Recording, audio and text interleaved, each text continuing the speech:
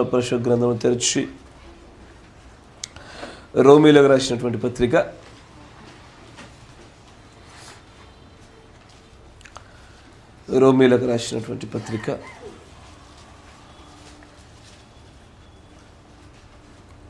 8వ అధ్యాయము మొదటి వచనం నుంచి గమనించినట్లయితే, కాబట్టి ఇప్పుడు క్రీస్తు యేసునందున్న వారికి ఏ శిక్షా విధియు లేదు. క్రీస్తు యేసునందు జీవమునిచ్చు ఆత్మ యొక్క నియమము పాప మరణముల నియమము నుండి నన్ను విడిపించెను. ఎట్లనగా ధర్మశాస్త్రము దేనిని చేయజాలకపోయేనో దానిని దేవుడు చేసెను. శరీరమును అనుసరింపక ఆత్మను అనుసరించియే నడుచుకుని మన యందు ధర్మశాస్త్ర సంబంధమైన నీతి విధి నెరవేర్చబడవలనని పాప పరిహారము నిమిత్తము దేవుడు తన సొంత కుమారుని పాప శరీరాకారముతో పంపి ఆయన శరీరమందు పాపమునకు శిక్ష విధించెను. శరీరానుసారులు శరీర విషయముల మీద మనస్సునుంతురు, ఆత్మానుసారులు ఆత్మ విషయం మీద మనస్సునుంతురు. శరీరానుసారమైన మనస్సు మరణము, ఆత్మానుసారమైన మనస్సు జీవమును సమాధానమునై ఉన్నది. ఏలయనగా శరీరానుసారమైన మనస్సు దేవునికి విరోధమై ఉన్నది. అది దేవుని ధర్మశాస్త్రమునకు లోబడదు, ఏమాత్రముడు లోబడనేరదు. కాగా శరీర స్వభావము గలవారు దేవుని సంతోషపరచనేరరు. దేవుని ఆత్మ మీలో నివసించుచున్న ఎడల మీరు ఆత్మ స్వభావం గలవారే గాని శరీర స్వభావము కలవారు కారు. ఎవడైనను క్రీస్తు ఆత్మ లేని వాడైతే వాడు ఆయన వాడు కాడు. దేవుడికి స్తోత్రములు కలుగునుగాక. మీరు చూడే తల నుంచండి, కళ్ళు మూసుకొని ప్రార్థన చేసుకుందాం.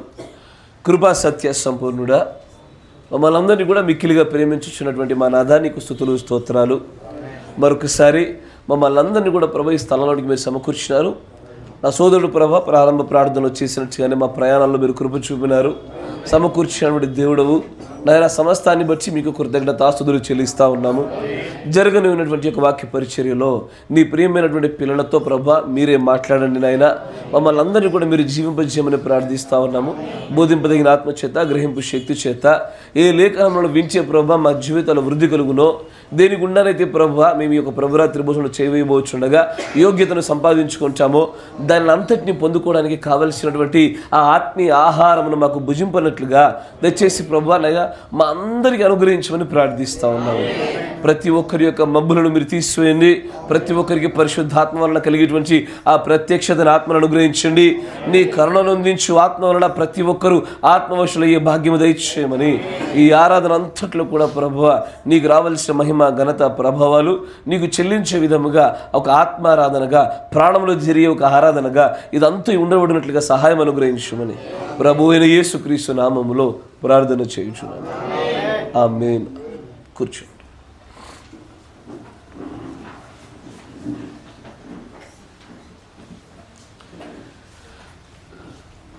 హల్లెలూయా.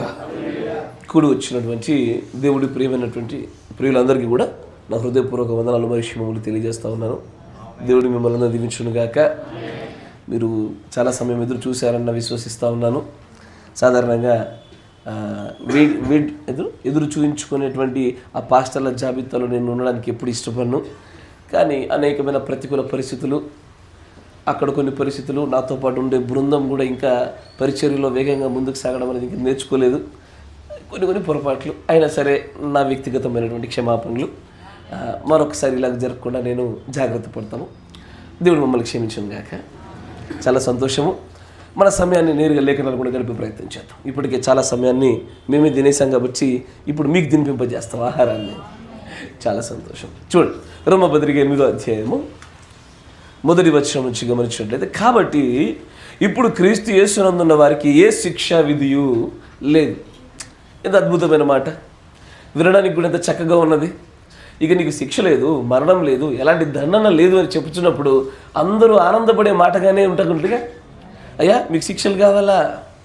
ఇంకా మీరు అందరూ చాలామంది కనెక్ట్ అవ్వాలి. ఇంకా కమన్ నన్ను చూడాలి అందరూ కూడా. అమ్మ కొద్ది సమయం ఉంది, జాగ్రత్తగా ఉంచండి. ఎవరికైనా శిక్ష కావాలా? ఇరుకులు ఇబ్బందులు బాధలు కావాలా? కానీ ఇక్కడ చెప్తున్నది ఆ శిక్షా విధి కాదు. ఇదే శిక్షా విధి.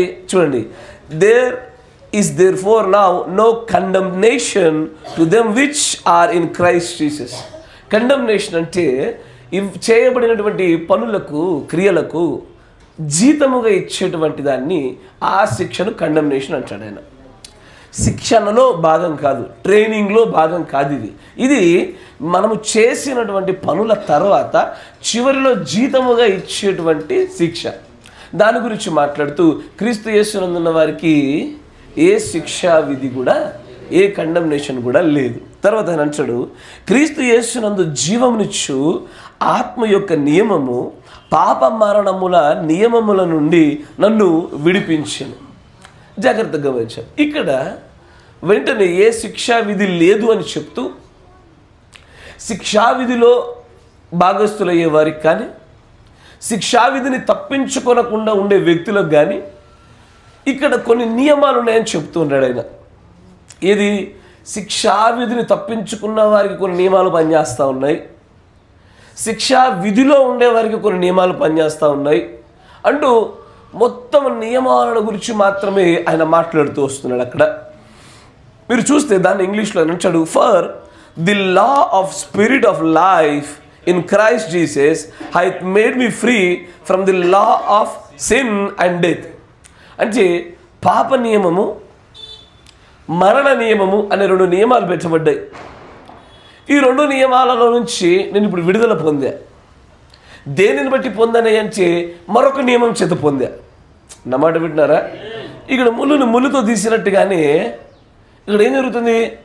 పాప నియమము లేదా పాప చట్టము నుండి, మరణ నియమము లేదా మరణ చట్టము నుండి నాకిప్పుడు పూర్తిగా విడుదల లభించింది.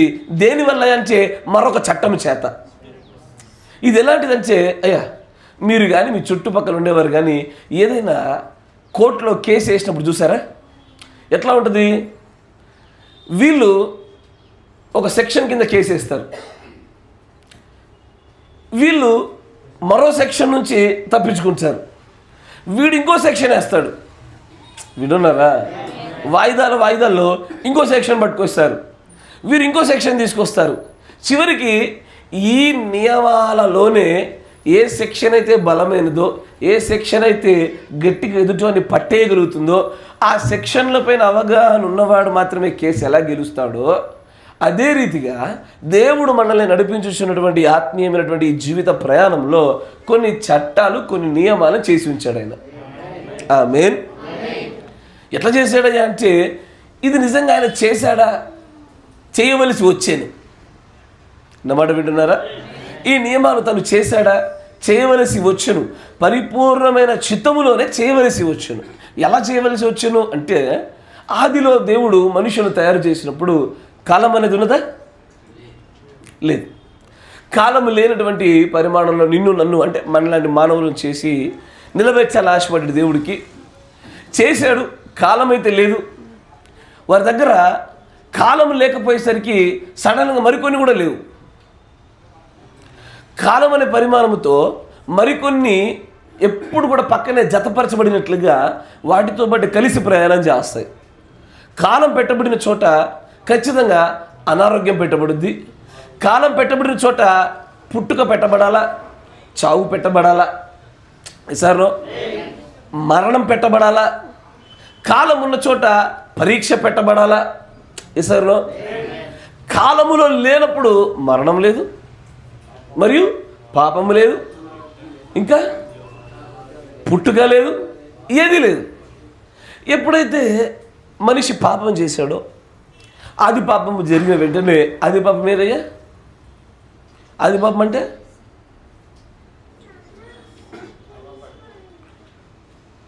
ఆది పాపం అంటే ఒకరు అవ్వ పండు తిన్నది. ఇంకా ఆది పాపం అంటే సర్పం మోసపుచ్చింది.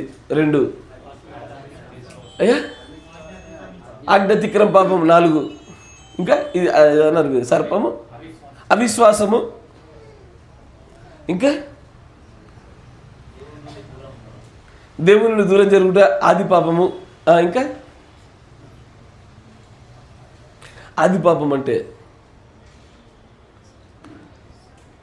అరే ఆది పాపము, ఆది పాపం అంటే మొదటగా జరిగిన పాపము. మీరు చెప్పినవన్నీ కరెక్టే, సత్యమే. మీరు బాగా బిగిసిపోయి ఉన్నారు. మరి ఎందుకని ఈరోజు లేటుగా వచ్చా? మరి ఫీల్ అయినారా? కొంచెం ఫ్రీగా రిలాక్స్గా ఉండి వాక్యములందు ఆనందించే ప్రయత్నం చేయండి. ఆ బిగిసేటటువంటి స్టిఫ్ నెక్స్ మనకు అక్కర్లా, జాగ్రత్త వినండి. ఆది పాపము, ఇంతకీ ఆది పాపం ఎక్కడ జరిగింది? పరలోకంలో కాదా? నేను మళ్ళీ అడుగుతాను మిమ్మల్ని, ఆది పాపము ఎక్కడ జరిగింది? అవ్వ దగ్గర జరిగిందా, లూసిఫర్ దగ్గర జరిగిందా? అయ్యా రెండు చోట్ల జరుగుతుంది. ఆది పాపం, ఆది బిగినింగ్ ఎక్కడ జరిగి ఉండాలా? పరలోకంలో లూసిఫర్ దగ్గర, భూలోకంలో అవ్వ దగ్గర, అంతే కదయ్యా. రెండింటి కలిపే ప్రయత్నం చేశారు రెగ్యులర్గా పోయేటువంటి పోకడలో, రెండు వేరు వేరు.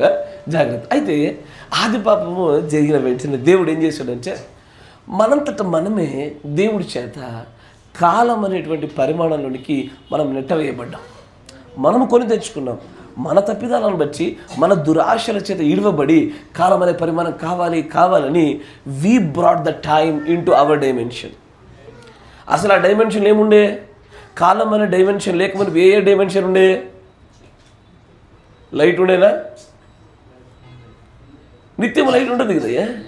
రెండు మ్యాటర్ ఉంటుందా? పదార్థం లేని జంతువులు ఎక్కడివి, చెట్లు ఎక్కడివి, విత్తనాలు ఎక్కడివి, భూమి ఎక్కడిది, నీరు ఎక్కడిది? అయ్యో ఈశ్వరం, అక్కడ లేనిది ఏంటి అసలు? కాలం ఒకటే, టైం అనే డైమెన్షన్ ఒకటే, అక్కడ లేదు. కానీ ఏం చేసాము? టైం అనే డైమెన్షన్ రాగానే దీని పరిమాణము, దీని యొక్క ప్రభావం ఏం చేసిందంటే మిగిలిన డైమెన్షన్స్ అంతటిపైన పడిపోయింది. నా మాట వింటున్నారా? ఒకసారి మన ఉనికిలోనికి ఇప్పుడు టైం అనే డైమెన్షన్ లేదనుకోండి, మీకు అందరికి కనపడుతుంది టేబుల్, ఇది ఉంది. టైం అనే డైమెన్షన్ లేకపోతే ఇది దేవుడి నోటి వాక్కు చేత కలుగునుగా కనబడు కలిగి ఇది ఎంతకాలం ఉంటుంది? ఇట్టగా నిరంతరం ఉంటుంది. ఇది ఒక సంవత్సరం అయ్యాక తుప్పు పట్టుతుంది అని చెప్పడానికి వీల్లేదు. ఇక ఇది అట్లాగే నిలబడుతూనే ఉంటుంది, నిత్యం నిలబడేదిగా ఉంటుంది. కానీ కాలం అనే పరిమాణం రాగానే దీనికి ఒక వ్యాలిడిటీ వస్తుంది. బహుశా 2 సంవత్సరాల 3 సంవత్సరాల ఒక నిర్ణీత కాలం తర్వాత ఇది ఖచ్చితంగా పాడైపోయేటట్టుగా మనం చెప్పగలుగుతాం. కాలం అనే పరిమాణం మనం తెచ్చుకున్నాం. కాలం అనే పరిమాణం రావడంతోనే సృష్టిలోనికి అనేకమైన నియమాలు వచ్చేసాయి. అన్నమాట వింటారా? కాలం అనేటువంటి పరిమాణం మన దగ్గరికి రాగానే అనేకమైన నియమాలు, మెనీ లాస్ మనం పొందుకున్నాం. మనం పొందుకున్నటువంటి అనేకమైన చట్టాల్లో ఇదివరకు ఒక చట్టాన్ని చూసాం మనం. ది లా ఆఫ్ కాంట్రాస్ట్ అని ఒక చట్టాన్ని చూసాం కదా.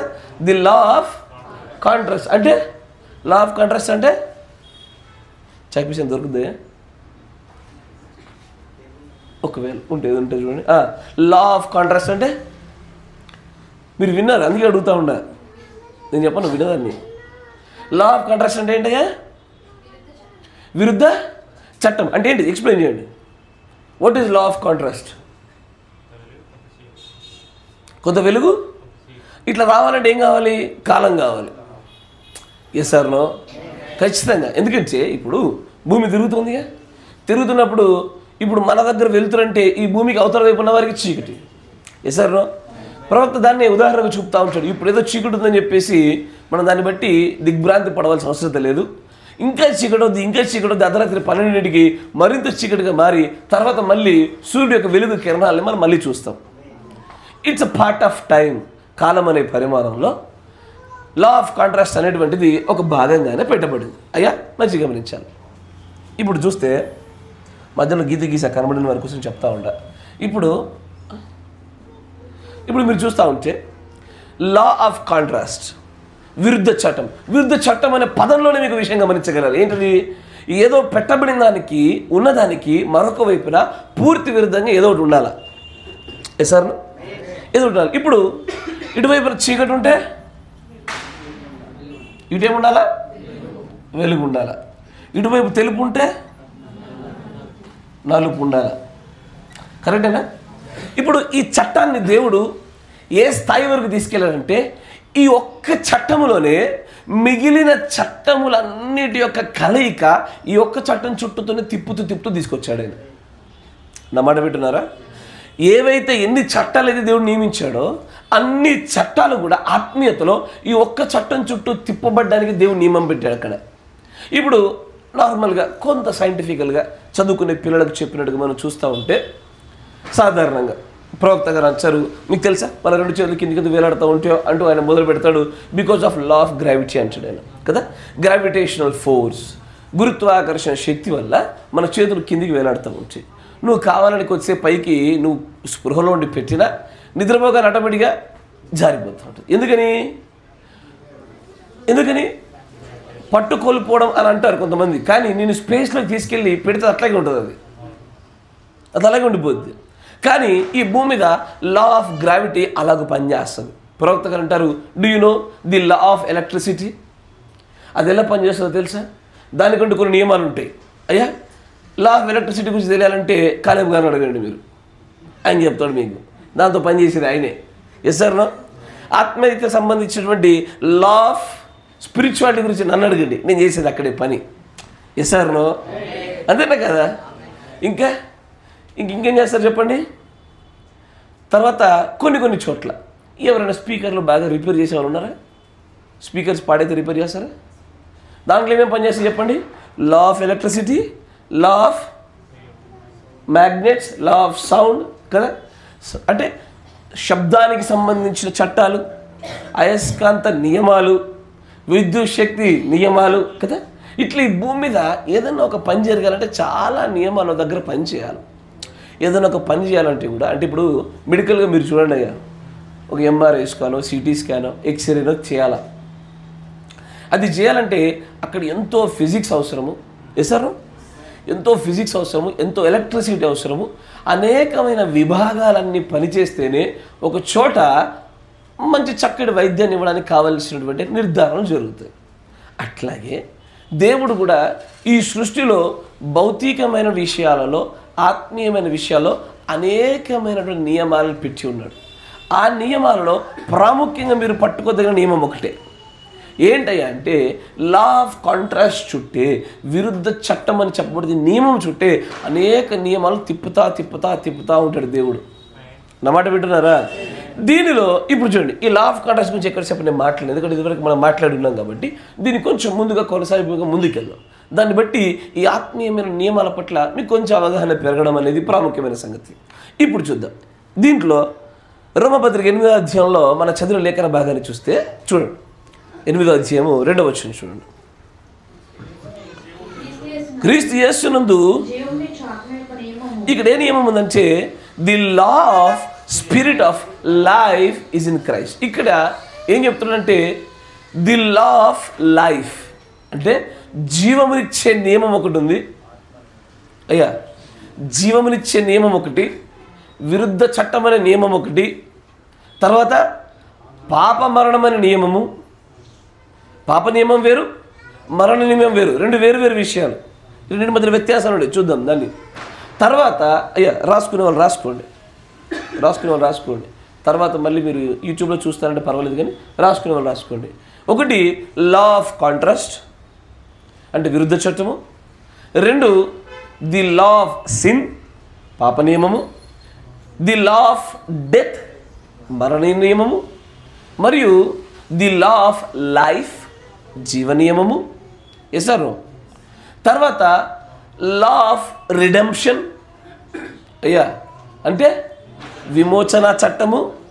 తర్వాత ఇంకా ద లా ఆఫ్ క్రీస్తు నియమము లేదా క్రీస్తు చట్టము.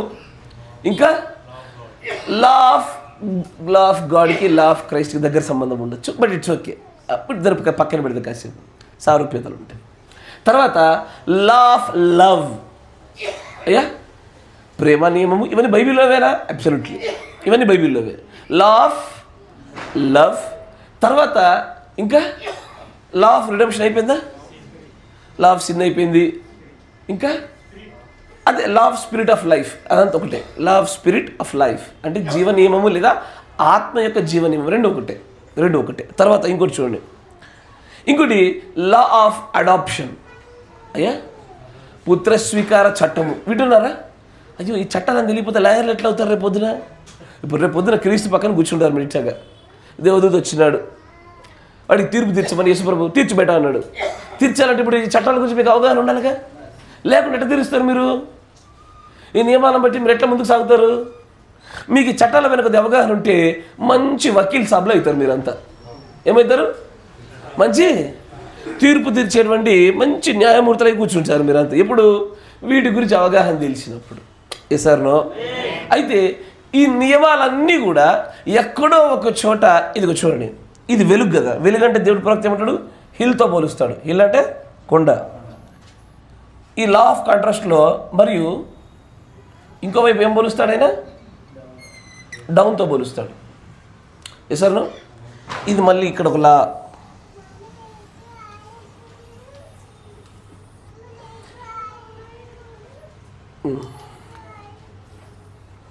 ఇప్పుడు దీంట్లో ఎత్తులు కనబడుతున్నాయి చూసారా? ఇవేంటవి? లా ఆఫ్ కాంట్రాస్ట్లో ఏంటవి? వెలుగు, తెలుపు, మేలు, మంచి కదా. తర్వాత ఎక్కడైతే డౌన్లు కనబడుతూ ఉన్నాయో మీకు, ఇవి కూడా లా ఆఫ్ కాంట్రాస్ట్లోనే చీకటి, లోతు, లోయ. కరెక్టేనా? ఈ నియమములోనే దేవుడు ఇప్పుడు నేను చెప్పిన మిగిలిన నియమాలన్నిటినీ కూడా దీంట్లోనే పొందుపరిచి పెట్టి ఉంచాడు. అందుకే లా ఆఫ్ కాంట్రాస్ట్ అనేది ఎంత ప్రాముఖ్యమంటే, మొన్న ఈ మధ్యలో అనుకుంటా శనివారం వాక్యం చెప్పి, నిన్నే ఒక వాక్యం చెప్పి ఉండే. ఏమని?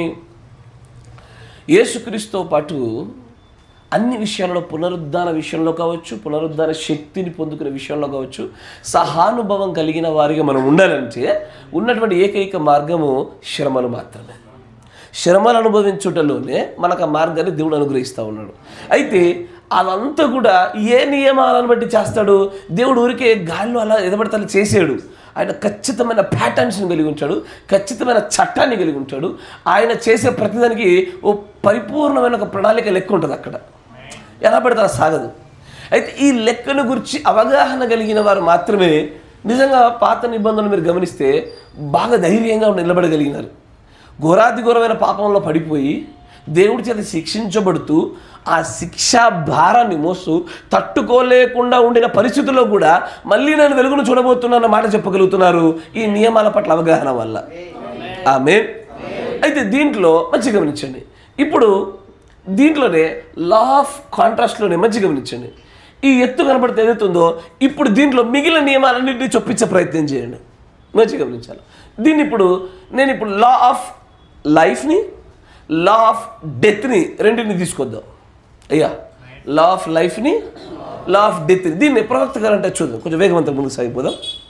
65-0425.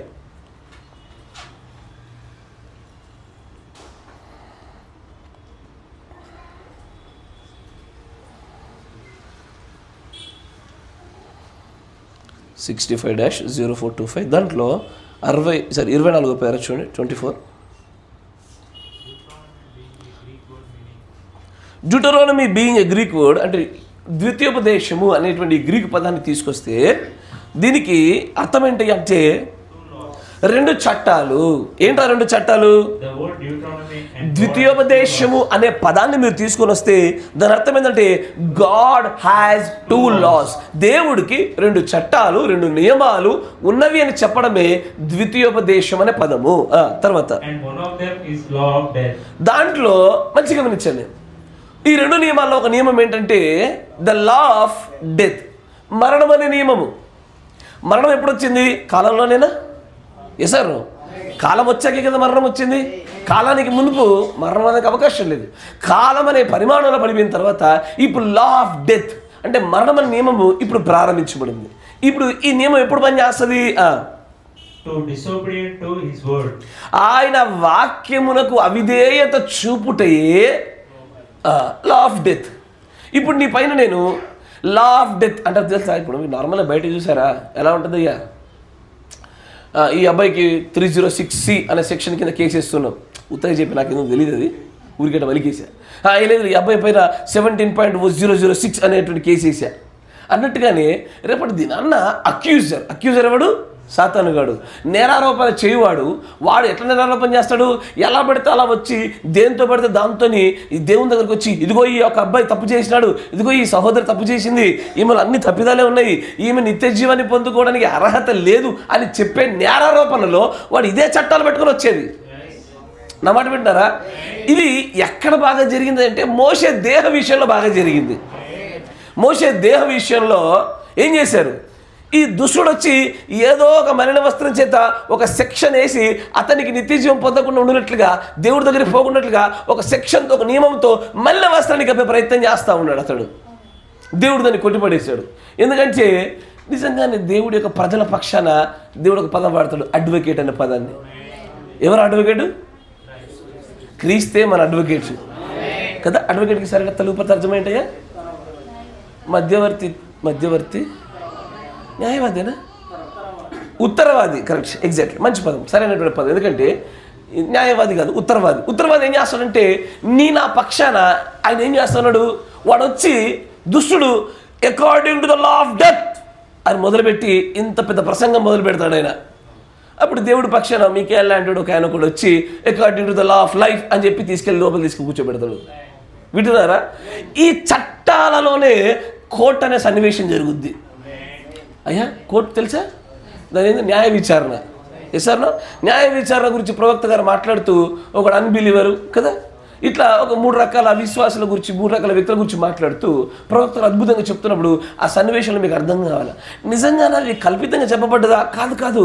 రియాలిటీలో కూడా అక్యూజర్ గాడు, సాతాను గాడు వచ్చి నీపైన నాపైన మన రాజ్యాన్ని తప్పిపోయినట్లుగా, వాడి వల్ల జారవిడబడినట్లుగా వాడు ఎన్నిక చేసుకున్న నియమాలు ఈ నియమాలే. ఏమని? వీడికి according to law of contrast ప్రకారంగా, లా ఆఫ్ కాంట్రాస్ట్ తెలియదు ఇతడికి, నువ్వు కావాలంటే చూడు ప్రభా, ఇగో ఇది నువ్వు ఒకప్పుడు ఇతను బాగా ఆశీర్వదించావు, ఇక్కడంతసేపు జై యేసయ్య అన్నాడు. వింటున్నారా? తర్వాత వెంటనే ఈ లా ఆఫ్ కాంట్రాస్ట్ ముగియబడగానే నెమ్మది కిందికి వచ్చినప్పుడు, ఇదిగో ఈ అంధకార కూపంలో, ఈ పాపంలో పడిపోయినప్పుడు, లేదా శిక్షణ విధించబడినప్పుడు, చీకటి సమయాలు ఉన్నప్పుడు ఇక్కడ కూడా నీకు జై అనలే, ఇక్కడ నేను దూషించినాడు. కాబట్టి ఇక్కడ లా ఆఫ్ కాంట్రాస్ట్ ప్రకారంగా ఇదో దోషి అని చెప్పేస్తాడు. వింటున్నారా? ఇప్పుడు దేవుడు దీన్ని, ఈ కేసును జయించడానికి ఏం చేయాలి? తనలోనే కొంత భాగాన్ని తీసి చలో నువ్వు ఉత్తరవాది మాట్లాడని చెప్పాలా. ఇప్పుడు ఉత్తరవాది వచ్చి ఏం చెప్పాలి? నిన్ను కాపాడాలి. ఎట్లా? లా ఆఫ్ లైఫ్ డైరెక్ట్గా రాదు. అది లా ఆఫ్ లైఫ్ దీనికి సంబంధించింది, కానీ వెంటనే అప్పచెప్పబడదు. The law of spirit of life అనేటువంటిది ఇట్స్ లైక్ అది ఉన్నతమైనటువంటి శిఖరాగ్రస్తాయి, కానీ వెంటనే రాదు. ఇట్లా కొంతమంది చేశారు. ఉదాహరణ చూపిస్తాను మీకు అర్థమయ్యేట్టుగా. బాగా మంచిగా తింటూ ఆరామ్సే రిలాక్స్గా కొంత కుటుంబం ఉండే. సడన్గా ఏం జరిగింది? టపియానో కరువు వచ్చింది. కరువు రాగానే ఏం జరిగింది? అమ్మో ఇది తేడా కొట్టిందిరా బాబు, పక్కన దేశంకి వెళ్దాం రా అని చెప్పి ఏం చేశారు? ఈ లా ఆఫ్ కాంట్రాస్ట్ దగ్గర ఇక్కడ ఎదురు చూసి ఆగాల్సిన వాళ్ళు ఆగకుండా ఏం చేశారు? ఠిపా అని వేరే ప్రాంతానికి వెళ్ళి, కొండ ప్రాంతానికి వెళ్ళి కూర్చున్నారు. ఏం చేశాడు దుష్టుడు? ప్రభు నువ్వు చూడు కావాలంటే లా ఆఫ్ కాంట్రాస్ట్ ప్రకారం వీళ్ళు ఎదురు చూడాలా, విశ్వాసం కలిగి ఉండాలా, వీళ్ళు ఓడిపోయారు, నువ్వు తూచు ఇలా భర్తని చెప్పి లా అడ్డం వచ్చేసింది, ఏం చేయాలా? చంపేసేయాలా. నువ్వు కాదు కావాలంటే ఇలా పిల్లలను కూడా లేపేసేయాలా, ఇదే లా ఆఫ్ కాంట్రాస్ట్, నేను ఒప్పుకోను, ఏం చేయాలా? తీసేసేయాలా. ఇప్పుడు లా ఆఫ్ కాంట్రాస్ట్లో దుష్టుడికి బలం ఎక్కువైపోయినందున ఈ బలాన్ని పూర్తిగా విరగొట్టుటకు, వాడి మరణపుల్ని పూర్తిగా తీసివేయడానికి ఒక గొప్పదైన త్యాగం జరిగి కొత్త నియమాలు అవలంబింపవలసిన అవసరం వచ్చింది. అక్కడ కొత్త నియమాలు ఎప్పుడు ప్రవేశపెట్టబడ్డాయి అంటే కలువరిలోనే అంటాడు ప్రవక్త. Because with the blood of Jesus Christ, యేసుక్రీస్తు రక్తం వల్ల ఈ మరణం పైన, పాపం పైన, లా ఆఫ్ కాంట్రాస్ట్ పైన ఉన్నతమైనటువంటి న్యాయ విధులను దేవుడు ఏర్పాటు చేసి నీ పక్షాన నా పక్షాన పోరాడడానికి ఉత్తరవాదిని పెట్టి ఎల్లవేళ నీతిమంతుల తీర్పు తీరుస్తున్నాడు ఆయనే.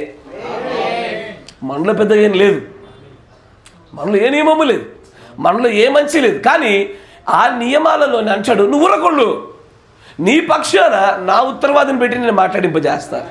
అతడు నీకోసం నా కోసము నిత్యము మధ్యవర్తిత్వం చేస్తాడు, నిత్యము ఉత్తరవాదిగా నీకోసం నా కోసము ఆయన ఒక పక్షాన పనిచేసి పరిశుద్ధులుగా నిలబెడతాడు అంటాడు. అయితే ఇప్పుడు పడిపోయినటువంటి ఈ చోటుకి రాగానే ఏం కావాలి? వాళ్ళు ఇక్కడ కొండ మీదకి లేచారనుకున్నారు, కానీ దేవుడి పండుగ వాళ్ళు ఎక్కడున్నారు? కిందే ఉన్నారు, చీకట్లో ఉన్నారు. కనబడుతున్నాయా? కనబడిపోయిన ఆమె అనేసారు, ఇక్కడికి వచ్చేసారు. ఇప్పటికి రాగానే వీరిని నేరుగా లా ఆఫ్ లైఫ్లోకి తీసుకురావడం అనేది సాధ్యం కాదు. ఏం కావాలి? వీళ్ళకి లా ఆఫ్ రిడెంప్షన్ అవసరం. ఇక్కడ ఏమవసరం? రిడెంప్షన్ అంటే విమోచన చట్టం కావాలి. ఈ విమోచన చట్టం వచ్చిన తర్వాత వీరు విమోచించబడాలి.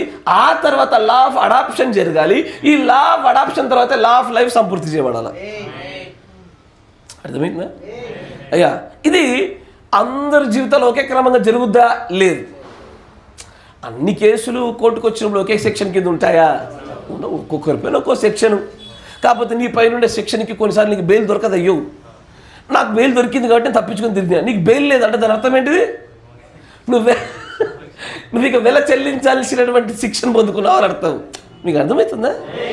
అందుకే మనం ఒక మాట మాట్లాడుకున్నాం వర్తమానం, ఏదది? ఘోర తప్పిదాలు. అవి ఏం చేయాలంటే బెయిల్ వచ్చేవి, బెయిల్ రానివి. అంతేనా? మరో రూపాయలు చెప్పాలంటే బెయిల్ వచ్చే తప్పిదాలు, బెయిల్ రాని తప్పిదాలు. బెయిల్ వచ్చే తప్పిదాలు అనుకో 1-2 చేస్తే అమ్మ హాయిది దెబ్బలు కొట్టి తిట్టి బయటకు రావచ్చు. బెయిల్ రాని తప్పిదాలు చేసామనుకో చేసేదేం లేదు. ఇక ఏమైపోద్ది? ఇక కడపటి కాసు చెల్లించేంత వరకు బంట్రోతు నిన్ను వదలకుండా చెరసల్లో వేసి నిన్ను శిక్షకు అప్పచెప్పేస్తూ ఉంచాడు. ఇది ఈ లాస్లో ఉండేటువంటి విషయం. వ్యక్తిగతంగా మన జీవితాలు మనం చూసుకోవాల్సింది ఏం లేదు. ఇప్పుడు నేను ఎక్కడున్నా, నా పైన ఈ చట్టాలు ఎలా పనిచేస్తూ ఉన్నాయి? కొన్ని చట్టాలు కొన్ని ప్రత్యేకమైన వర్గాల వరకు బాగా పనిచేస్తాయి.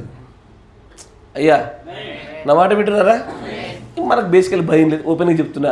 అట్రాసిటీ కేసులు ఒక ప్రత్యేక వర్గానికి బాగా పనిచేస్తాయి సార్, అంతే కదా? కానీ అదే చట్టాలు మిగతా వాళ్ళకు ఉంటాయా? లేవు. ఇంకోటి నిర్భయ చట్టము మీకు నాకుందా? అది వాళ్ళదే. ఎవరిది? స్త్రీలదే. ఇంకేముంటాయి? నిర్భయ, గృహహింస, సార్ అంతేనా కదా? ఇట్లా కొన్ని చట్టాలు కొంతమందికి ఫేవరబుల్గా పనిచేస్తాయి. ఇది భౌతికంగా జరుగుతున్న విషయాల్లో ఆత్మీయంగా అట్లా జరుగుతాయా? అయ్యో ఆత్మీయంగా అట్లా జరుగుతాయో. మీరు వింటున్నారా? ఆత్మీయతలో కూడా ఈ చట్టాలలో జరిగేటువంటి ఆ విధానాలు కొంతమందికి బలంగా పనిచేసే సంగతులను చూస్తుంటే ఆశ్చర్యం కలుగుతుంది.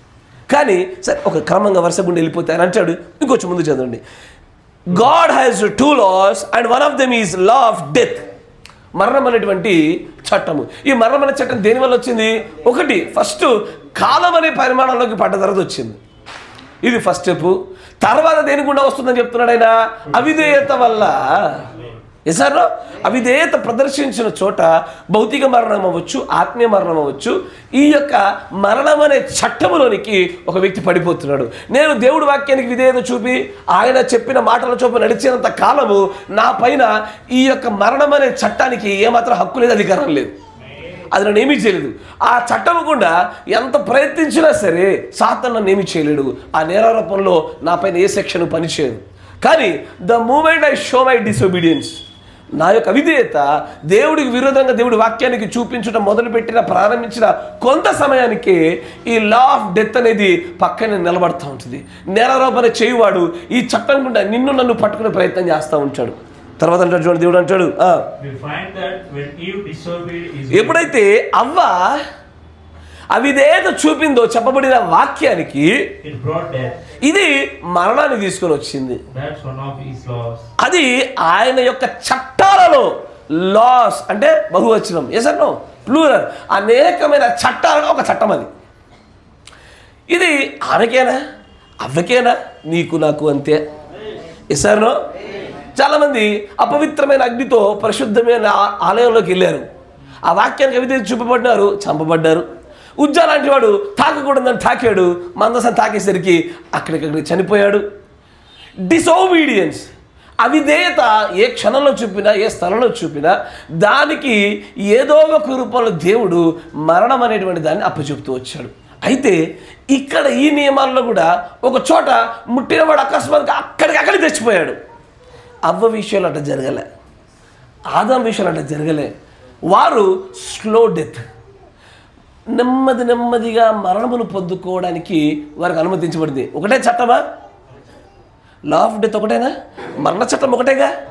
ఇప్పుడు ఒక ఆయన ఇట్టాగే ఎడ్ల బండి మీద వెళ్తున్న మందసం పోతూ ఉంటే కాలు జారింది, మందసం పక్కకు పడిపోబోతూ ఉంది, టచ్ చేసినాడు. పడిపోతుందని పట్టుకునే ప్రయత్నం చేసి టచ్ చేసినాడు. టచ్ చేసినప్పుడు ఏం జరిగింది? వెంటనే కాసేపు అయినా చనిపోయాడా? వెంటనే. మరి ఆదాము అవ్వలు ఎందుకంటే చనిపోలే? మీకు అర్థం కాలే. లా ఆఫ్ డెత్ ఇక్కడ మరణమే అక్కడ మరణమే, 2 చోట్ల మరణం అనే చట్టమే ఉన్నది. కానీ ఒక చోట మరణం అనే శిక్ష వెంటనే ఉరి తీసేయండి అని అప్పటిదప్పుడు ఉరికి పంపించారు. ఇంకొకరికి ఏం చేశారు? వీడికి 30 సంవత్సరాల జైలు శిక్ష, ఆ తర్వాత ఉరి శిక్ష అన్నాడు. వింటున్నారా? ఎందుకు తేడా వచ్చింది? ఎందుకంటే ఇక్కడ ఆదాము అవ్వల విషయంలో మరికొన్ని చట్టాలు పనిచేసాయి. అక్కడ లా of love, law of life పనిచేయటం వల్ల వీరి శిక్ష అక్కడ జరిగిన శిక్షతో సమానమైనదే, కానీ ఈ శిక్ష అవలంబింపబడినటువంటి కాల పరిమితుల వ్యత్యాసాలు వచ్చాయి. మీరు వింటున్నారా? అందుకే మీరు చూడండి, చర్చిలో కొంతమంది దునియా పాపాలు చేస్తూ కూర్చుంటారు, ఏం రాదళ్ళకి, ఏం అవదళ్ళకి. కొంతమంది ఎట్లా ఉంటారంటే వివాహేతర సంబంధాలు పెట్టుకొని కూడా, చూసా దేవుడు నన్ను ఏం అంటలేడు, ఎప్పటి నుంచో ఉంది నాకు ఇది, అయినా సరే నన్ను అన్నాడా, నాకు అలా జరిగిందా, ఇది విన్నా నేను ఈ మాటలు వింటుంటే ఆశ్చర్యం కలిగింది. నాన్న నీకు లా ఆఫ్ డెత్ గురించి అవగాహన లేదు, నీకు లా ఆఫ్ లైఫ్ గురించి తెలియదు, ఈ చట్టాల గురించి అవగాహన లేక దేవుడు నన్ను ఏం అంటలేంటే బహుశా దేవుడు నన్ను ప్రేమిస్తున్నాడు, అనుమతించాడు, నన్ను క్షమించండి అయ్యా అని చెప్పుకొని తిరిగేవాళ్ళు. మరికొంతమంది సంబంధం కాదు, ఒక చూపు కూడా మనసులో అనుకున్నామా ఏదో నొప్పి పెడతాడు, అబ్బా క్షమించు ప్రభు, అనవసరంగా నా మనసులో ఊహించుకున్నా, తప్పేంది ప్రభు అని మళ్ళా కాసేపు మోకరించి గట్టిగా ప్రార్థన చేస్తే విడుదల విమోచన పొందుకుంటాడు ఒక ఆయన. ఎందుకంటే ఈ లాస్, ఈ నియమాలు కూడా వ్యక్తులను బట్టి, కాలమును బట్టి, విశ్వాస పరిమాణాలను బట్టి వారితో దేవుడు మరలా వినియోగించుకోబోయేటువంటి తన ప్రణాళికలో ఆ బాధ్యతను బట్టి ఈ చట్టాల మార్పులు వచ్చినాయి. ఎసారో గ్రహించగలుగుతున్నారుగా? ఇది లా ఆఫ్ డెత్. అందరికి ఒకే రకంగా ఒకే స్థాయిలో డెత్ రాలే. ఇప్పుడు చూడండి, ఇజ్రాయిలు అందరూ అవిధేయులేనా? ముగ్గురు తప్ప అందరూ అవిధే, ఇద్దరు తప్ప అందరూ అవిధేయులే. ఎసారో ఎవరెవరు అవిధేయులు? నేను ఎవరెవరు అవిధేయులు అన్నా, అంతమంది పేర్లు మనకేం తెలుసు, కానీ విధేయులు ఎవరు? ఇద్దరే. ఎవరెవరు విధేయులు? ఇప్పుడు కనెక్షన్లోకి వచ్చారు బాగా. అయితే యెహోషువ, కాలేబులు తప్ప మిగతా వాళ్ళందరూ అవిధేయులే, ఇంక్లూడింగ్ మోషేతో సహా. కానీ కొంతమందికి అప్పటికప్పుడు వెంటనే భూమి తెరవాలా, మింగేయాలి, అయిపోవాలి. కొంతమందిని అప్పుడే ఎవడు నా పక్షం నిలబడతాడు అని మోషే అడగాల, లేవీలు రావాలా, ఫసా అని ఖడ్గం వేసుకొని అందరూ చంపేసేయాలా. కొంతమందికి మరణం వెంటనే వచ్చింది. మరి కొంతమందికి ఈ 40 సంవత్సరాల అరణ్య ప్రయాణంలో అక్కడక్కడ టపా అని పిట్టరాలని రాలిపోయినారు. వయసు ఎక్కువై కొంతమంది యుద్ధాల్లో, కొంతమంది ఇరుకులు ఇబ్బంది బాధల్లో, కొంతమంది తెగుల చేత, కొంతమంది అట్లా రాలిపోయారు. తర్వాత మోషే లాంటివన్నీ చూస్తుంటే వాగ్దాన దేశం దూరం నుంచి చూశాడు, కానీ ఇక్కడ చనిపోవాల్సి వచ్చింది. Even the law of death covered Moshe as well. కానీ అందరూ ఒకే రకంగా ఈ చట్టం తీసుకోలే, అందరికీ ఈ చట్టం ఒకే తీవ్రతలో వారిపైన పని చేయలే. నా మాట పెట్టినారా? గుర్తుపెట్టుకునే ప్రవక్తగా చెప్పిన మాట, every word of God, every promise of God has its own conditions. ఖచ్చితంగా దేవుడి యొక్క ప్రతి వాగ్దానానికి, దేవుడి యొక్క ప్రతి లేఖనానికి దానికంటూ ప్రత్యేకమైన షరతులు, నియమాలు ఉంటాయి. ఈ నియమాలు తెలిస్తే అయ్యా ఎట్లుంటే చెప్పండి, నియమాలన్నీ తెలిసాయనుకోండి, ఇప్పుడు ఆలోచన చేయండి. అప్పుడు పౌలు గారు చెప్పిన ఒక మాట గుర్తొస్తుంది, ఏమని?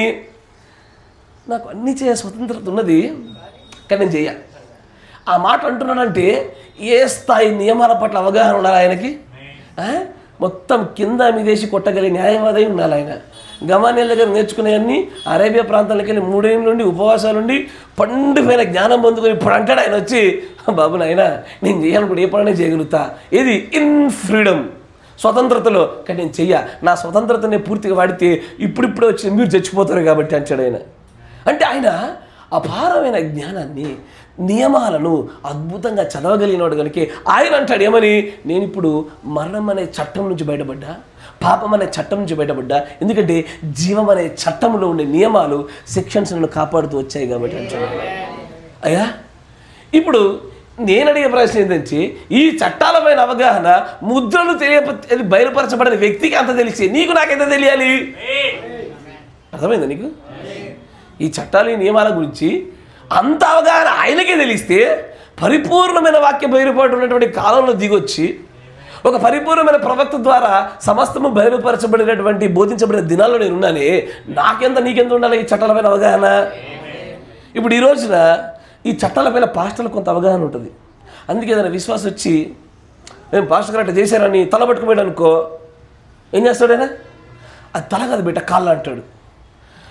ఇంకొక ఆయన వచ్చేసి సార్ ఏందో అది కాళ్ళు అన్నాం అనుకో, కాలు కాదు బిడ్డ తల అంటాడు ఆయన. తలంటే కాలంటాడు, కాలంటే తలంటాడు, ఇటు అట్టేసి అటు ఇటేసి ఇటు ఇటేసి మొత్తాన్ని విశ్వాసం కన్ఫ్యూజ్ చేస్తారు. మీకు ఎప్పుడు జరగలేదా? మరి ఏంటది, ఏం జరిగినట్టు పాలుగా పిల్లలకు పెట్టిన తలకాయలు? ఇది ఎప్పుడు జరిగేది. ఎందుకంటే కొంత పాస్టర్లకి ఏదో ఒక ఆకు ఎక్కువ చదివారు ఈ నియమాల్ని. కొద్దిపాటి నియమాలు ఒక ఆకు ఎక్కువ చదివితేనే ఇంత తప్పించుకుంటున్నారే. పరిపూర్ణంగా నియమాల మీద అవగాహన ఉంటే ఏమవుద్ది అయ్యా?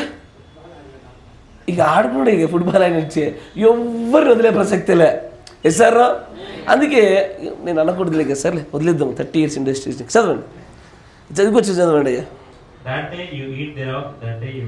నీవు ఏ దినమునైతే దీన్ని చిందువో అప్పుడే నువ్వు చస్తావు. ఇది వాక్యము.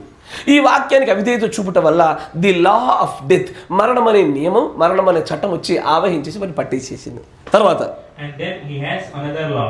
ఇప్పుడు దేవుడికి మరొక చట్టం కూడా ఉందయ్యా, ఇది the law of life to విధేయత వైపు. ఇప్పుడు లా ఆఫ్ డెత్ లోనికి ఒకేసారి మరణంలోకి వెళ్ళింది ఆదాము అవ్వలు, అంచెలంచెలుగా వెళ్ళారు. డెత్ అనేది ప్రవేశపెట్టబడ్డది. మనం కూడా పుట్టిన వెంటనే చస్తామయ్యా, చావంగా ఏం చేస్తాము, మన ప్రైమ్ స్టేజ్కి వస్తాము. మనందరికి ప్రైమ్ స్టేజ్ ఏది? ప్రవక్తగా చెప్పినాక 25 years. అప్ టు 25 years వరకు ఒక వ్యక్తి 25 ఉందనుకోండి, ఆ వ్యక్తి జన్మించబడే సమయం మొదలుకొని టాప్ స్టేజ్కి వెళ్తాడు. యవ్వనంలో, బలంలో, జ్ఞానంలో, అన్ని విషయాల్లో. తర్వాత నెమ్మది మరణం వైపు అడుగులేస్తున్నాడు ప్రవక్త. We are running towards death, we are moving towards death. మరణం వైపు నెమ్మది అడుగులేస్తుంది. దేని విషయంలో? దేహ విషయంలోనే. Not in the matter of spirit, not in the matter of soul. సోల్కి అసలు కాలమే లేదు.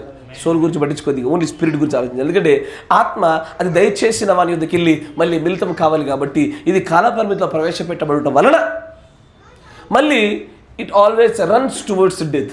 మరణం వైపు అడుగులేస్తూ ఉంటుంది. అయితే ఇప్పుడు లా ఆఫ్ డెత్ ప్రవేశపెట్టబడిన ఒకేసారి ఎలా లభించలేదో లా ఆఫ్ లైఫ్ కూడా అంతే. లా ఆఫ్ లైఫ్లో కూడా లా ఆఫ్ రిడెంప్షన్ ఉండాలా, లా ఆఫ్ అడాప్షన్ ఉండాలా.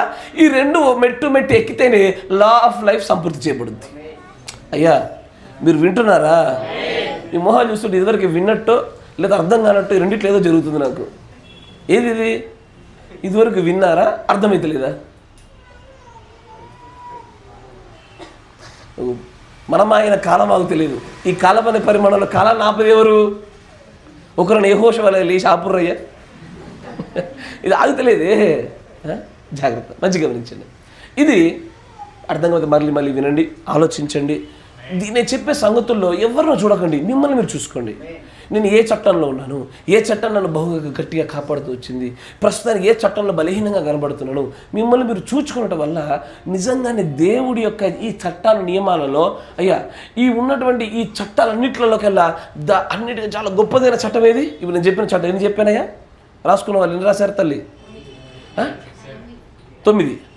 9లో ఒకసారి చదవండి అమ్మ. The law of spirit of life, ఆత్మ యొక్క జీవమనే నియమము. లా ఆఫ్ కాంట్రాస్ట్, విరుద్ధం అనే చట్టము. పాపం అనే చట్టము, మరణం అనే చట్టము. Law of life, law of life, law of spirit of life రెండు ఒకటే. మీరు దాన్ని సరి చేయండి. తర్వాత లా ఆఫ్ రిడెంప్షన్, విమోచన చట్టము. లా ఆఫ్ క్రీస్తు యొక్క నియమము. లా ఆఫ్ లవ్, ఇంకా ఇంకోటి ఉంటుంది లా ఆఫ్ అడాప్షన్. ఇప్పుడు ఉన్నాయి కదా, వీటన్నిటిలో ఉన్నతమైన చట్టం ఏది చెప్పండి? లా ఆఫ్ లవ్ ఒకటి. ఇద్దరు 2 చేతులు లేచాడు. మీతో వాళ్ళది నోటా కొట్టేశారా? మరి ఏమి చెప్పరా?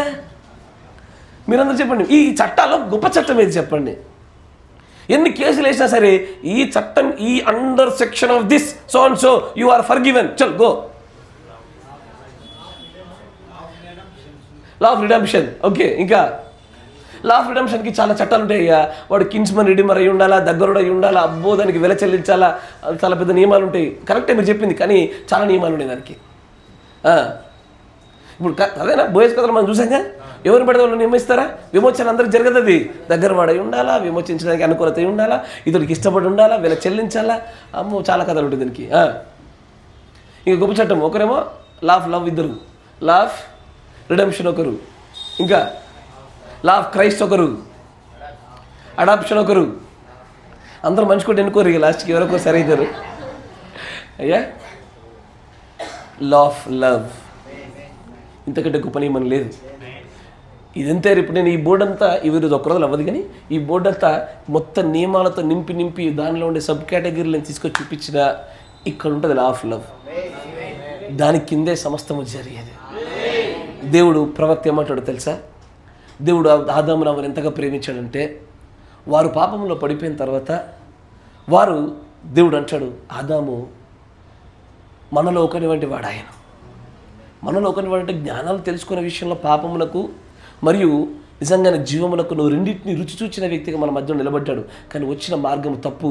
ఇతడు ఇలాగే మళ్ళీ జీవవృక్షంలో ఫలాలు తీసుకుంటే గనక ఈ తప్పిదంలోనే జీవితాంతం నిత్యత్వం నివసిస్తాడేమోనని ఇతడు మరలా తొందరగా తను కడుక్కొని రావుట కొరకై ఇతన్ని కాలం అనే పరిమాణంలోకి నెట్టివేసి లా ఆఫ్ కాంట్రాస్ట్లో పడేసి అనేకమైన నియమాల యొక్క ఊబిలో అతన్ని నెట్టివేసి అతడు పరిశుద్ధుడై మరలా వచ్చి ఆ జీవవృక్షపు ఫలాలు భుజించినట్లుగా అతనికి అవకాశం ఇద్దామని this action has been done in the law of love. ప్రేమలోనే దేవుడు దాన్ని చేశాడు. లేదా ఇఫ్ గాడ్ వాంట్స్ ఇన్స్టంట్ అయినా చిటికలో మళ్ళీ ఈ ఆదామవ్వలు పోయి కొత్త ఆదామవ్వలు వచ్చుడుగాక టపాన్ వచ్చేటోళ్ళు. ఎంతసేపు అది చాలా చిన్న విషయం, సృష్టికర్తకి సర్వోన్నతుడికి చాలా సామాన్యమైన విషయం. కానీ ఇన్స్టెడ్ ఆఫ్ దాట్ దానికి బదులు ఏం చేశాడంటే ఉనికిలో ఉన్న వారిని ప్రేమించి అని అంటాడు, ఇది నా ప్రేమ. అందుకే అవ్వ తప్పు చేసిన విషయం ఆదాము తెలుసా? చేయించుండగా చేసిన తర్వాత ఆదాము తెలుసా? లేదా వచ్చాక సర్ప్రైజ్ అంటాడా? తెలుసా తెలీదా? తెలుసు. తెలిసినా కానీ ఆమెతో పాటు పాలిభాగస్తుడు అయ్యాడా? అయ్యాడు. ఇప్పుడు లాస్ట్ ఒక క్షణాన్న దేవుడు నేను కావాలన్నా అమ్మాయి కావాలన్నా నాన్న అంటే ఏమన్నాడు? అమ్మాయి కావాలన్నాడు. ఇక్కడ ది లా ఆఫ్ లవ్ని ప్రొట్రే చేయడం కొరకు క్రీస్తు తర్వాత చేయబోయే కార్యానికి ఇక్కడ సాదృశ్యంగా పెట్టబడ్డది. తప్పు ఆదాములో లేదు, అవ్వలోనే ఉంది. క్రీస్తులో ఏ దోషము లేదు. చదివిన లేఖన ప్రకారంగా నీ కోసం నా కోసం ఆయన పాప ఆకారంలో దిగొచ్చాడు. ఆయన ఆ దిగొచ్చినట్టు ఆ పాప ఆకారం దేనికయ్యా అంటే నిత్యం ఇట్టగా పాపంలో నీవు నేను పడిపోకుండా ఉండుటకై ఆ మహోన్నతుడు తీసుకున్న నిర్ణయం ఏంటో తెలుసా? ఏమని? తండ్రి ఏమి లోగోస్ ఇచ్చగా నా ముందు పిల్లలాగా ఆడుకుంటావా? అక్కడికి వెళ్తావా? వెళ్తా డాడీ. వెళ్తావా? వాళ్ళు పడిపోయారు రా, వాళ్ళు పాపంలో పడిపోయారు, కాలంలో పడిపోయారు, చట్టాలు పడిపోయారు, నియమాలు పడిపోయారు. అయినా సరే విరవలసిన ముళ్ళను విరిచి కొత్త చట్టాలు ప్రవేశపెట్టాలి ప్రభువా. చలో వచ్చేసాడు. ఆయన దేనికోసం వచ్చాడు? ఆయన మహిమని వదిలి వచ్చింది నిజంగానే తండ్రి యొక్క నిత్యత్వపు ఆ ఏదేను కాల పరిమాణాన్ని దాటి కాలం అనే పరిమాణంలోకి ఆదాము ఎట్టగైతే అవ్వను పట్టుకొని బయటకు వచ్చాడో క్రీస్తు అలాగే నీకోసం నా కోసం వచ్చాడు. అక్కడ దేవుడి ప్రవక్త అంటారు, it is under the law of love. ప్రేమ అనే నియమము, ప్రేమ అనే చట్టము అత్యధికముగా బలముగా పనిచేసింది అక్కడ. అందుకే నేను ఎన్ని నియమాలు భవిష్యత్తు చెప్పబోయేది ఉంది, కానీ ఇక్కడ మాత్రము ద లా ఆఫ్ లవ్ ఉంటుంది. అయ్యి దీని తర్వాత మలిపేద్దాము, చెప్పులు కదా పిల్లలు అనుకుని కొడతారేమో స్కూల్లో. లా ఆఫ్ అది కూడా రాసేద్దానండి, లేకపోతే అంత ఎందుకు వచ్చిన బాధ. లా ఆఫ్ లవ్ అనేటువంటి ఈ ఒక్క ప్రేమ అనే చట్టంలోనే మిగిలిన చట్టాలన్నిటి యొక్క మిశ్రమాన్ని ఏర్పాటు చేసి ఒక దగ్గర పెట్టి చూపించాడు ఆయన. ఆ ప్రేమ చట్టంలోనే నీకోసం నా కోసం ఆయన లావ్ కాంట్రాస్ట్ గురై లావ్ సిన్లోనికి ఏ అర్హత లేదు అసలు. సిన్ పడడానికి పాప నియమం అనేటువంటి ఆయన పైన పనిచేయడానికి అవకాశం లేదు అసలు. అయినా సరే నీకోసం నా కోసము ఆ చట్టం కింద కేసు పడుతుంటే ఆయన ఒప్పుకోవాల్సి వచ్చింది. చేయకపోయినా పాప చట్టం అనే నేరాన్ని మోసినాడు. చేయకపోయినా నీకోసం నా కోసము మరణం అనే చట్టంలోనికి వెళ్ళాడు ఆయన. చివరికి తాను ఏర్పాటు చేయాలనుకున్నటువంటి ఒక విమోచన మార్గాన్ని ఏర్పాటు చేశాడు. పుత్ర స్వీకారం అనే స్థలాన్ని తీసుకొచ్చాడు.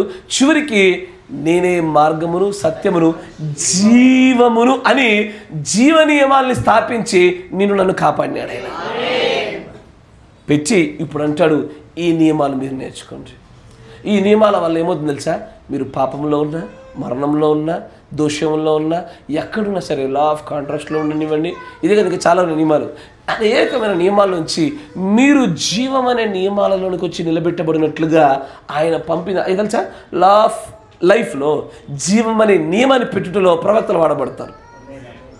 మాట వినండి, ఎక్కడెక్కడైతే లా ఆఫ్ సిన్ పనిచేస్తుందో దాన్ని జయించుటకు లా ఆఫ్ లైఫ్ని, పాపం అనే నియమం పనిచేసే చోట జీవం అనే నియమాన్ని నెలకొల్పడానికి దేవుడు వెళ్ళ తన దూతల్ని ప్రవక్తల్ని వాడుతూ వస్తాడు ఆయన. ఎస్ఆర్నో? వారు వచ్చింది దేనికయ్యా అంటే, దేనికి? మనకు లా ఆఫ్ లైఫ్ నేర్పించడానికి. ఇవో పాడమన్నారు ఈ రోజున, నిబంధన. నిబంధన ఏం నిబంధన అది? ఈ చివరి లైన్స్ ఏమున్నాయి? ఈ కాలంలో 7 ముద్రలే, 7 ముద్రలు విప్పుటయే నిబంధన. అంటే ఏం చేశారు తెలుసా? 7 ముద్రలు విప్పిన తర్వాత కొత్త చట్టాలు వచ్చాయి ఇక్కడ.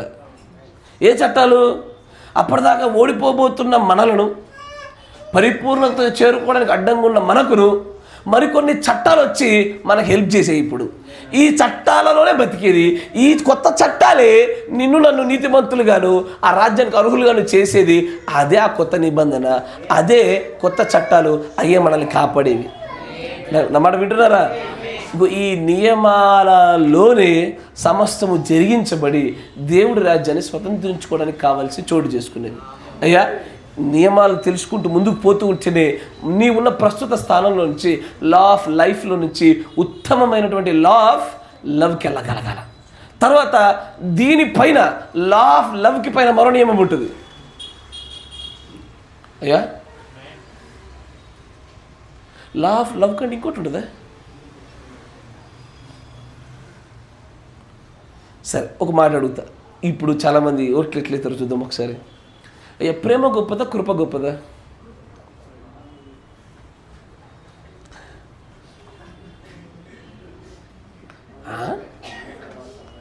ఏంటి అట్లయితే కుదురుద్ది?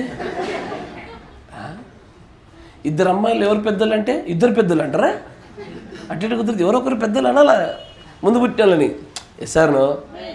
అంతే. నేను ఎవరి ఇష్టం అని చెప్తే, ఇద్దరు ఇష్టం చెప్తే బాగానే ఉంటుంది. నేను అది అడగలే. ఇద్దరు ఎవరు పెద్దలు అడిగినట్టుగా లా of love, law of grace, కృపా నియమం గొప్పదా, ప్రేమ నియమం గొప్పదా?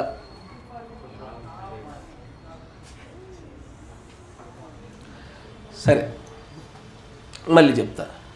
ఎందుకంటే చాలాసార్లు చెప్పే వర్తమానంలో then sovereign grace takes its place అని ఒక పాట మాట్లాడుతూ ఉంటాడు ప్రవక్త.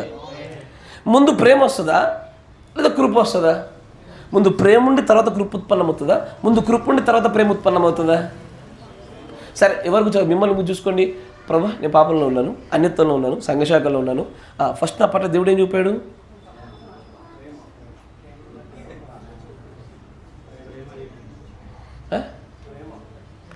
బజర్ పైన ప్రేమ చూపినాడు. ఇద్దరు 2 చూపాడు. ఆయన గురి ప్లీజ్ మళ్ళీ అక్కడికి వెనక్కి పోవాల్సి వస్తుంది కొద్దిసేపు. మళ్ళీ దీంట్లోనే చక్కగా ఒక క్రమాన్ని ఏర్పాటు చేద్దాం. ఏది? Which is greater, which is stronger, which is first?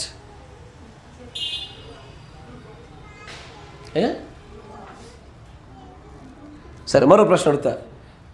ఇప్పుడు ప్రేమ అనేది దేవుడి గుణలక్షణమేనా? కృప అనేది ధైర్యంగా చెప్తలేదు, మీరు ధైర్యంగా చెప్పట్లా. ప్రేమ అనేది దేవుని యొక్క గుణలక్షణం. ఎందుకంటే ఆయన ప్రేమ అయి ఉన్నాడు. ఎక్కడ ఆయన కృప అయి ఉన్నాడు అని కనబడిందా? అయ్యా, కనబడదు. ఎందుకంటే ఆల్వేస్ కృపమయుడే, ఎగ్జాక్ట్లీ. కానీ అది కాదు, ఆయన అట్రిబ్యూట్స్లో ఒక భాగంగా చూస్తే కనుక ఆయన మొదటిగా ప్రేమమయుడా, మొదటిగా కృపమయుడా? అయ్యా, దీంట్లో బాగానే ఏకీభవించారు అందరూ. Yes, at the end of dealing దేవుడు కృప అనేది ఎప్పుడు అవసరమయ్యా అంటే అనర్హత దగ్గర కృప అవసరము. నా మాట వింటున్నారా? అనర్హత దగ్గర కృప అవసరము, కానీ ఎన్నికలో ప్రేమ అవసరం. నా మాట వింటున్నారా? ఇప్పుడు కృప ఎప్పుడు అవసరం అవుతుందయ్యా? ఒక వ్యక్తి 34 మార్కులు తెచ్చుకున్న తర్వాత అప్పుడు అతనికి కృప కావాలా? ఎస్ఆర్నో? కానీ ప్రేమ ఎక్కడా అని జాయిన్ చేసుకున్నప్పుడే ప్రేమ. మీకు అర్థమైందా? అని నేను స్కూల్లో చేర్పించుకున్నప్పుడే ప్రేమ. ప్రేమ ఉంది కాబట్టి నా స్కూల్లో చేయించుకున్నా, నా స్కూల్లో చేర్పించుకున్నా. నడిచే లాస్ట్కి 34 మార్కులు వచ్చాయి. Out of love I need to give the law of grace. So నా కృప నియమాల గుండా ఒక మార్క్ వేసిన +1 పాస్ అని చెప్పేసా. వింటున్నారా? ప్రేమ ఎప్పుడెప్పుడు ఇప్పుడు కృప ఎప్పుడు ఇవ్వబడుతుంది, ఎప్పుడు ప్రేమ ఇవ్వబడుతుంది? కృప అయోగ్యత, అనర్హత, చేయలేనటువంటి ఇన్క్యాపబిలిటీ, అంటే పూర్తిగా చేయటం మన వల్ల సాధ్యం కాని స్థలాల్లో కృప అవసరం అవుతుంది. ప్రేమ ఎక్కడ అవసరం పడుతుంది? అన్నిటిలో, everywhere. Whether you believe it or not believe it, whether you recognise it not recognise it, నువ్వు ఐడెంటిఫై చేసినా ఐడెంటిఫై చేయకపోయినా, నువ్వు ఎన్నికల్లోకి వచ్చినా ఎన్నికల్లో రాకపోయినా, you are elected in the love of God before the foundation of the earth. ప్రేమ అనేటువంటిది అన్నిటిలో అన్ని విషయాల్లో కలిగి ఉంటుంది. కానీ కృప మాత్రము ఎప్పుడెప్పుడు అవసరం అవుతుంది అప్పుడు అవసరము. నీ చూడండి, సృష్టి చేసినప్పటి నుంచి కూడా కృప అవసరమయ్యేదా? కృప ఎప్పుడు అవసరమైంది? ఇప్పుడు చూడండి, లా ఆఫ్ కాంట్రాస్ట్లో ఇక్కడ ఏదైతే చీకటి, దిగులు, దిగ్భ్రాంతి, బాధ కదా, ఈ స్థలాల్లోనే కృప అవసరమైంది. ఎక్కడ? అది కూడా మళ్ళీ వెలుగుకరమైన స్థలంలోకి వెళ్ళినప్పుడు దేవుడు ఇక చాలు, నా కుమారుడు చీకట్లో ఉన్నది, సమయం సరిపోయింది, ఇప్పుడు నేను జ్ఞాపకం చేసుకోవాలి సమయం వచ్చిందని ఆ జ్ఞాపకం చేసుకున్న దగ్గర కృప అవసరం అవుతుంది. కానీ లా ఆఫ్ లవ్ అనేది మొత్తం విషయం అంతే ఉన్నది. కరెక్టేనా? Sir no. కానీ ఇక్కడ నువ్వు ఉండే స్థలాన్ని బట్టి దాని విలువ మారుద్ది. అయ్యా ఇప్పుడు నేను అడుగుతాను, ఇక్కడ ఉండేవాడికి నాన్న నీకు ఏది గొప్ప అని అడుగుతాడు, ఏమంటాడు? ప్రేమ అనే చట్టమే గొప్పది అంటాడు. ఎందుకంటే పైన ఉన్నాడు. ప్రేమతో నాకు అన్ని ఆస్తిపాస్తి అన్ని అప్పచెప్పబడ్డాయి, ఆస్తి మొత్తం నా పేరు మీద రాసిండు. ఇప్పుడు ఏది గొప్పది? ప్రేమ గొప్పది అంటాడు. ఇప్పుడు తప్పిపోయిన కుమారుణ్ణి, అక్కడే ఉన్న కుమారు ఇద్దరు చూడండి అయ్యా, అవి కూడా వాక్యం వినడానికి వచ్చి డిస్టర్బ్ చేయమాకండి, అయితే మంచిగా వినండి. అయితే ఇప్పుడు అక్కడే ఉన్న కుమారుడు కృపనైన రుచి చూడలే, తనతో పాటు ఉన్న కుమారుడు. తప్పిపోయిన కుమారుడు ఉన్నాడు, అతడు కృపను మాత్రమే రుచి చూస్తాడు. నా తండ్రి ఇంట్లో ఎంతోమందికి భోజనం పెడుతుండు, పనుల్లో నేను కూడా పనుల్లాగా పడుకుంటాను, ఆడే పడి చేస్తాను, ఏదో ఒక పని చేసుకుని తినేస్తాను అనుకున్నప్పుడు తానున్న స్థితిలోనే అక్కడ తాను కనబడుతున్నటువంటి ఆ సందర్భాన్ని చూసి ఏది గొప్పదో ఏది కాదో అని అక్కడున్న స్థితిగతుల పరిస్థితిని బట్టి చూసి చెప్పగలగాల. నా మాట వింటున్నారా? అందుకే ఇప్పుడు లా ఆఫ్ కాంట్రాస్ట్ని బట్టి ఇది మారుతూ వచ్చింది. ఇప్పుడు దూతలు ఎల్లప్పుడు కూడా ఒకవేళ వాళ్ళని సడన్గా లా ఆఫ్ కాంట్రాస్ట్లోకి తీసుకొస్తే వాళ్ళకి అసలు ఈ లోయ అంటే ఏంటో తెలీదు, వారికి చీకటి అంటే తెలీదు, వారికి పడిపోవడం అంటే తెలీదు, వారికి విమోచన అంటే తెలీదు, లా ఆఫ్ రిడెంప్షన్ తెలీదు, లా ఆఫ్ అడాప్షన్ తెలీదు, వారికి ఏం తెలీదు. ఇలా వేళ ఇక్కడ నిలబడతారు, వారు ఎప్పుడు కూడా దేవుడి యొక్క పరిశుద్ధత గురించి, ప్రేమ గురించి మాత్రం మాట్లాడుకోవాలి, వేరే విషయం తెలియదు వాళ్ళకి. కానీ మనుషులందరూ కూడా ఇగో దీనిలోనికి పడిపోవుట జరిగినందున, వింటున్నారా, దీనిలోనికి పడిపోవడం జరిగినందున ఇక్కడున్న వాడు ఒక మాట చెప్తాడు, ఏమని? బైబిల్లో వాక్యం ఉంటుంది చూడండి,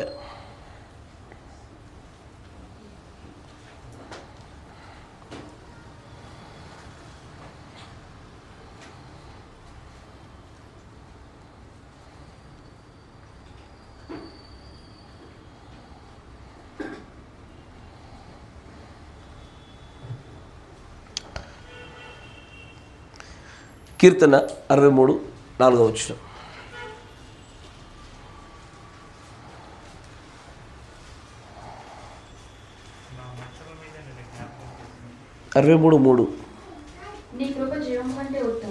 నీ కృప జీవము కంటే ఉత్తమం అనేటువంటి విషయాన్ని ఎవడు చూడగలుగుతాడంటే, ఈ ప్రత్యేకమైన కోణము పర్సెప్షన్ రావాలంటే లా ఆఫ్ కాంట్రాస్ట్లో డౌన్లోనికి, వ్యాలీలోనికి, చీకట్లో ఒకడు ఖచ్చితంగా మూలుగుతూ, వాడు ఎట్లా చేప కడుపులో కదా చీకటిని చూస్తూ చూస్తూ చూస్తూ ఉన్నటువంటి యోనా వలె, అయ్యా నన్ను బయటకు తీసుకురానేటువంటి మొరపెట్టిన వాడికి మాత్రమే వెలుగు విలువ తెలియడానికంటే మునుపు కృపను ఆశ్రయం చేసుకున్న వాడు మాత్రమే ఈ మాటలు పలకగలుగుతాడు.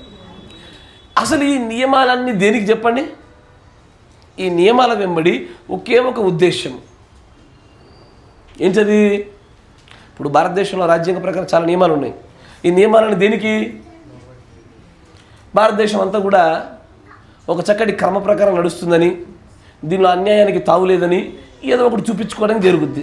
సరే, దేవుడు కూడా ఆత్మీయమైన నియమాలు ప్రవేశపెట్టడం గల కారణం ఏంటి?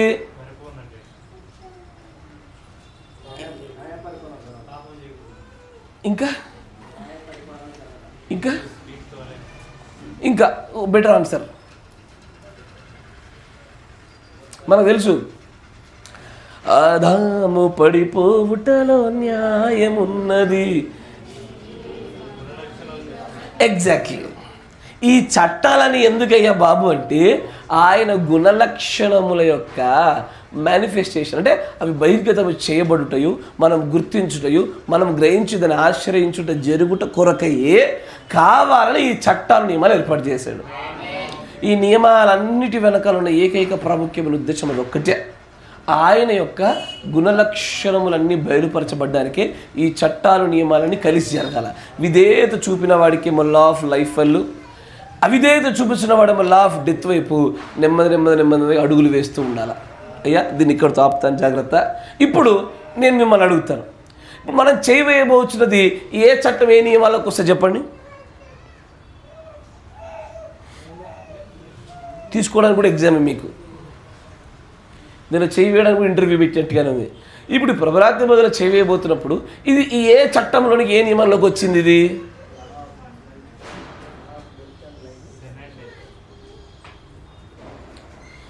చెప్పాలా అమ్మా. ఇప్పుడు ప్రభుత్వం చేయవేస్తున్నాం కదా, ఇదే చట్టము ఇదే నియమంలో భాగం ఇది. అయ్యా అడాప్షన్ ఒక ఆయన,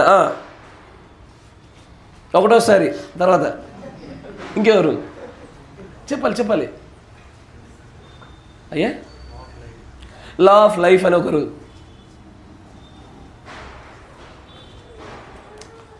లా ఆఫ్ అడాప్షన్ అన్నాడు. ఇప్పుడు పుత్రులు కానివారు కూడా దయ్యం కూడా అదే పాత్రలో చేయవేస్తుందని చెప్తాడు ఆయన. ఎక్కడో ఆ లా ఆఫ్ అడాప్షన్ పరిపూర్ణంగా కనబడతలే. మరొకరు ఏమన్నారు లా ఆఫ్ లైఫ్ అని. దీనిలో చాలామంది అయోగ్యులు చేయవేస్తారు కాబట్టి అనేకులు చచ్చిపోతున్నారు. లా ఆఫ్ డెత్ కనబడతా ఉంది. ఇంకా అయ్యా లా ఆఫ్ లేదు కాంట్రాస్ట్ కాదు. ఇప్పుడు ఇది ఒకసారి ఆశీర్వాదంగా ఉండి ఇంకోసారి మీకు అట్లా ఉంటుందా? లా ఆఫ్ కాంట్రాస్ట్లో ఒక నిబద్ధత ఉంటుంది, ఒక సిరీస్, ఒక క్రమం ఉంటుంది. ఆ వరుస క్రమానికి ఖచ్చితమైన మైల్ స్టోన్స్ పెట్టబడి ఉంటాయి. అట్లా రాదు అది. కానీ దీనిలో లా ఆఫ్ కాంట్రాస్ట్లో కూడా దీని బాధ్యత ఉంటుంది. ఇప్పుడు ఏవైతే మీరు చట్టాలు విన్నారో ఆ చట్టాలన్నిటి యొక్క మిళితం దీనిలో కనబడుతుంది. దీనిలో లా ఆఫ్ సిన్ ఉందా? అయోగ్యంగా తీసుకున్నవాడు పాప అవుతున్నాడు. Yes or no? Law of death ఉందా? అయోగ్యంగా తీసుకుని టపాన్ చచ్చిపోతున్నాడు కూడా. లా ఆఫ్ లైఫ్ ఉందా? యోగ్యత కలిగి తీసుకున్న వాడికి జీవన ఇస్తూ ఉంది. Yes or no? Law of redemption ఉందా? అబ్సల్యూట్లీ ఉంది. ఇంకా లా ఆఫ్ అడాప్షన్ ఉందా? అబ్సల్యూట్లీ ఉంది. ఇంకేముంది? లా ఆఫ్ లైఫ్ ఉందా? ఉంది. లా ఆఫ్ లవ్ ఉందా? ఇప్పుడు ఏవైతే చట్టాలు విన్నారో అయ్యా, ఈ చట్టాలన్నిటిని నెరవేర్పు జరిగించడానికి మనం వచ్చిన ప్రత్యేకమైన స్థలం ఇది. వింటున్నారా? Every law fulfils in this act. Law of లైఫ్లో, లా ఆఫ్ లవ్లో నీకోసం నా కోసం ఆయన సిలువలో నలగొట్టబడి విరగొట్టబడిన వాడయ్యాడు. మరలా ఇప్పుడు అలా కనబడాల్సిందే. ఇక్కడ నేను ఇప్పుడు ఏ చట్టాలు అయితే చెప్పానో భవిష్యత్తు చెప్పబోయే చట్టాలు కూడా ప్రతి చట్టం ఎక్కడైనా నెరవేర్పు జరుగుతుంది అంటే భౌతికమైన యొక్క ఆజ్ఞలోనే అన్ని చట్టాలన్నీ ఒక చక్క జరిగేవి. అందుకే దీన్ని ఆచారంగా చేయకుండా పరిశుద్ధంగా చేయాలా, యోగ్యత కలిగి చేయాలా, తప్పిదల్ల పాపాలను పడిపోతుందిలో చేయి వేయకూడదు. ఇదిగో పలానా వాక్యం చేత నేను తప్పు చేస్తున్నాను నాకు తెలియపరచబడినప్పుడు నేను లా ఆఫ్ రిడెంప్షన్ గుండా రిడీమ్డ్ అయ్యే వరకు కూడా దానిలో చేయి వేయకూడదు. ఎవ్రీ లా, ప్రతి చట్టము కూడా మీరు మిగిలిన ఏ ఆజ్ఞలలో చూసుకోండి, అన్ని చట్టాలు ఒక చోట కలిపి పనిచేసేది మాత్రం ఎక్కడ కనబడదు ఎక్సెప్ట్ దిస్ లార్డ్ సప్పర్. ప్రభురాత్రి భోజనం దగ్గరనే సమస్త చట్టములన్నీ మిళితముగా జరిగి ఒక్క చోట నెరవేర్పు జరిగించబడుతున్నాయి. అయ్యా ఆ చట్టాలన్నీ ఒకేసారి నెరవేర్పు జరిగిద్దామా? నేరస్తుడికి, నేరారోపణ చేసేవాడికి అవకాశం లేకుండా చేసేటువంటి ఏకైక కార్యము ఈ యొక్క ప్రభురాత్రి భోజనమే. అందుకే ఇది తీసుకున్న తర్వాత మీ పాస్టర్లు ఎప్పుడైనా సరే నాకంటే ముందు ఉండవచ్చు, ఆయనకంటే ముందు ఉండవచ్చు, రేపొద్దు నేను టపేట తర్వాత కూడా వచ్చు. ఇది తీసుకున్న తర్వాత ఏమంటారు మిమ్మల్ని? ప్రభు యొక్క శరీరంలో మరి రక్తంలో పాల్పంపులు పొందుకునినా కరెక్టే చెప్పండి, పరిశుద్ధులారా అంటాడు. అనలే ఆ మాట అన్నప్పుడు చేసి వేస్ట్ మరిగా ఇస్తాను. ఎందుకు ఆ మాట అన్నాడంటే యూ హ్యావ్ వన్ ఎవ్రీ లా, నువ్వు ప్రతి చట్టాన్ని గెలిచేసావు. ఏ చట్టం నీ మీద పని చేయకుండా ప్రతి చట్టం నీకు అనుకూలంగా మార్చుకునే రీతిలో ఇప్పుడు మనం వచ్చినటువంటి ఈ కార్యం అలాంటిది. ఇక్కడ నువ్వు ఈ చీకట్లో పడ్డావా, లా ఆఫ్ కాంట్రాస్ట్ ప్రకారంగా ఈ లోయల్లో ఉన్నావా, మళ్ళీ పైకి రావడానికి కూడా నీకు ప్రభురాత్రి భోజనమే కావాలా. సో దట్ నువ్వు సహోదరుడితో చేసిన సహోదరుడితో సమాధాన పడడానికి, దేవుడికి విరోధంగా చేసిన దేవునితో సమాధాన పడడానికి ప్రతి చట్టాన్ని కూడా కలియబెట్టింపగలిగే స్థాయిలో మనం అందరం కూడా ఒకే దగ్గర నెరవేర్పు జరిగించి మనకు అడ్వాంటేజ్గా తీసుకుంటున్నామంటే ప్రతి చట్టం మనకు లాభదాయకంగా కనబడుతున్నటువంటి ఏకైక కార్యము ఈ ప్రభురాత్రి భోజనం. దీంట్లో యోగ్యతతో ముందుకు సాగిపోదామా? God bless you. దేవుడు మిమ్మల్ని దీవించును గాక. ప్రార్థన చేద్దాం. ఈ యొక్క అంశాన్ని మనం తర్వాత భవిష్యత్ దినాల్లో ముందుకు సాగదీద్దాం.